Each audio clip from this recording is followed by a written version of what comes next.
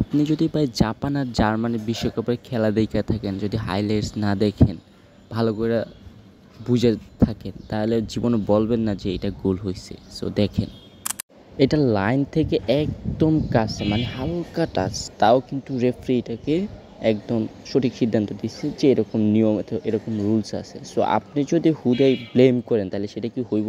ওই দিন প্রিমিয়ার লিগে গোলটা বাতিল হয়েছে, চোখে দেখলে মনে হয় কি যে এটা ভিতরে ঢুকে গেছে, আসলে এরকমটা না। ওখানে তো পার টেকনোলজি আছে, ভালো করে চেক আপ করে দেখছে। দেখেন, এখানে বলটা হালকা বার লাইনের সাথে লাগিয়েছিল, কিন্তু বোঝা যায় যে ভিতরে।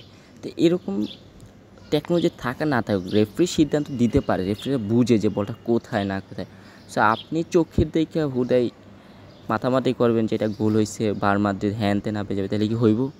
সেম আগের দুইটা যেমন হয়েছে এটাও ওইরকম। হয়তো এখানে বার টেকনোলজি নাই, কিন্তু রেফারি তো ক্যাচ করতে পারছে যে এটা বার লাইনের সাথে লাগিয়েছিল, এই জন্য ক্যান্সেল করে দিচ্ছে।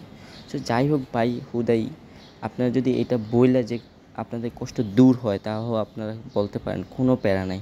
কারণ আপনাদের চাই না কষ্ট পান। লাস্ট 4টা ম্যাচে তো আপনারা এইভাবেই হারছেন, নকআউটে পিএসজির সাথে মারা খাইলে।